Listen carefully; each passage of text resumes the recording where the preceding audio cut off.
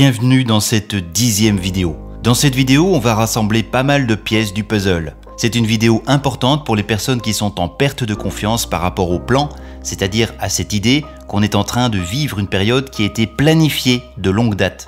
Je profite aussi de ce début de vidéo pour dire à celles et ceux qui aimeraient faire des dons pour soutenir cette chaîne que c'est désormais possible via le site fairevelours.com. Vous trouverez un lien sous cette vidéo.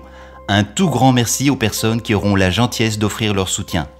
Et avant d'aller plus loin, je vous rappelle aussi qu'il est important de diffuser cette chaîne en cliquant sur le pouce bleu sous la vidéo et en partageant cette vidéo. Merci pour votre aide. Bon, passons aux nouvelles.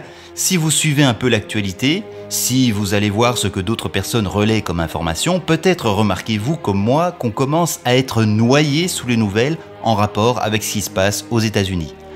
Nous ne sommes plus en train de brasser des grosses infos chocs, non, nous sommes assaillis de multiples indices qui montrent que cette période est nettement moins calme qu'on pourrait le croire au premier abord. Vous le savez, j'ai parlé dans ma dernière vidéo de certains de ces indices. Il y en a d'autres qui sont arrivés depuis lors et qui s'accumulent tous les jours. D'autres comme moi vous en parleront beaucoup mieux et plus en détail.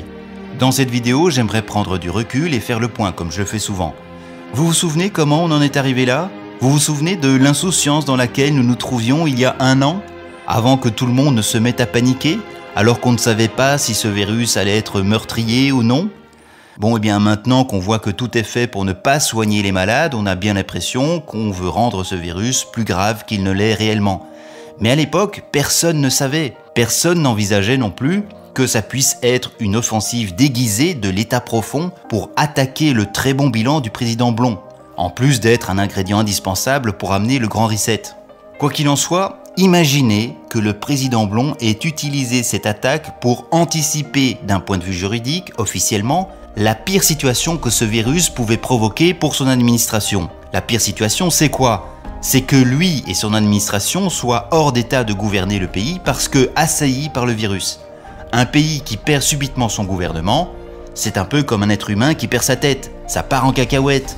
Il faut donc un plan B, et que ce plan B soit bien cadré dans des lois qui concernent la manière dont l'armée doit réagir en cas de circonstances extraordinaires. Ces circonstances extraordinaires, ce serait par exemple une hécatombe gouvernementale provoquée par le virus. Mais alors imaginez qu'officieusement, il n'ait pas conçu ce plan de secours pour une circonstance en rapport avec l'épidémie, mais pour toute autre chose. Au hasard, imaginons que cette autre chose soit l'accession au pouvoir d'un président illégitime. Autrement dit, imaginez que le président Blon ait utilisé la menace du virus, amplifiée par l'État profond, pour mettre au point un plan qui assure la continuité de son gouvernement sans qu'il soit encore officiellement président, ni son gouvernement encore officiellement en place. Bon, l'idée ne vient pas de moi, hein. Elle vient de l'excellent Alexis Cossette qui nous a déniché un excellent article qui date du mois de mars 2020 et qui rend cette hypothèse tout à fait plausible. Non seulement c'est plausible, mais en plus ça expliquerait énormément de choses. On sait, avec l'ordre exécutif du mois de septembre 2018, que le président Blon savait pertinemment qu'il y aurait des fraudes massives depuis l'étranger lors de l'élection du 3 novembre. On sait donc qu'il avait anticipé la victoire frauduleuse du Sleepy Joe. On voit aussi que, même s'il a répété à l'envi qu'il y avait eu des fraudes massives, il n'a rien fait de bien méchant pour s'accrocher à son poste, malgré sa victoire écrasante. On a vu que le 20 janvier, il est parti avec beaucoup de dignité, tout en disant qu'il reviendrait d'une manière ou d'une autre. On a vu aussi que ce jour-là, il n'a pas assisté à la cérémonie d'investiture. Il n'a d'ailleurs jamais reconnu avoir perdu. Et du côté de l'armée, on a eu un officier qui a dit à la télévision, avant la cérémonie d'investiture, que l'armée était là pour encadrer la transition vers un pouvoir militaire. Par ailleurs, l'armée n'a pas envoyé les 21 coups de canon. Les Marines n'ont pas salué le bidon. L'armée n'est pas allée chercher le bidon à bord d'Air Force One. Et le général Flynn continue à dire que le président Blon est en embuscade, pas loin du pouvoir. Tout ça n'est pas logique. Mais ce serait tout à fait logique si effectivement on était dans une période où, parce que le gouvernement et le président sont occultés et absents de leur poste, l'armée prend gentiment les choses en main. Je vous laisse réfléchir à ça et je passe à autre chose. Au mois d'août 2020, au moment où personnellement je commençais à m'intéresser à ce qui se passait en coulisses aux États-Unis, le président Blon a fait un discours très étrange devant 17 machines à laver. Un discours dans lequel il disait qu'il allait devoir disparaître pendant un moment parce qu'il combattait des ennemis très puissants. Et je me souviens qu'à ce moment-là, je m'attendais à ce que des choses inhabituelles se produisent. Mais rien de particulier ne s'est produit dans les jours qui ont suivi. Ce discours était donc bizarre. Mais si maintenant on se rend compte que le président Blond savait très bien qu'il y aurait de la fraude aux élections, s'il avait prévu avec l'armée de s'absenter dès le mois de mars 2020, s'il avait dit devant 17 machines à laver qu'il allait devoir disparaître pendant quelque temps, ça veut dire qu'il savait déjà depuis longtemps que le bidon allait prêter serment le 20 janvier et qu'il allait se retirer lui en Floride. Et ça veut probablement dire aussi qu'on va nettoyer le linge sale pendant cette période à cause des machines à laver. Et justement, que se passe-t-il maintenant? On nettoie le linge sale sur la place publique.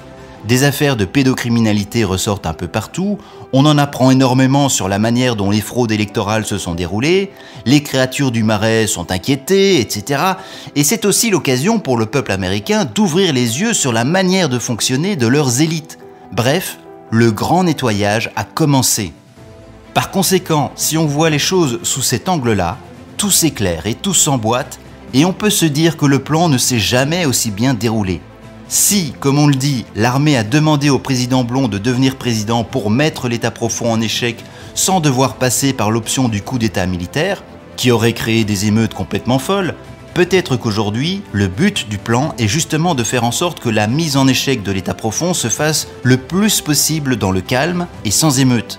Et pour ne pas avoir d'émeute, c'est toujours mieux d'avoir un président démocrate, même si c'est fictif. Si l'armée était intervenue le 20 janvier pour boucler tous les pourris, ça aurait créé un tollé national et international, et il y aurait sans aucun doute eu des émeutes. Comme l'armée n'est pas intervenue le 20 janvier, aujourd'hui tout a l'air calme, et c'est très bien comme ça, parce que probablement que c'était prévu pour se passer comme ça. Alors, quelle est la prochaine étape? Aucune idée. Mais c'est déjà pas mal de comprendre avec autant de clarté que tout a l'air de se dérouler conformément à un plan qui a l'air très bien huilé. On attend la suite avec impatience et je pense qu'on ne sera pas déçu du spectacle. En attendant, le plus important est de rester unis, en lien et confiants dans l'avenir. Comme disaient des gens très informés, le meilleur est à venir. Et moi je vous rappelle, on reste groupés, on garde le focus sur la cible et on serre les fesses. Haut les cœurs et à bientôt.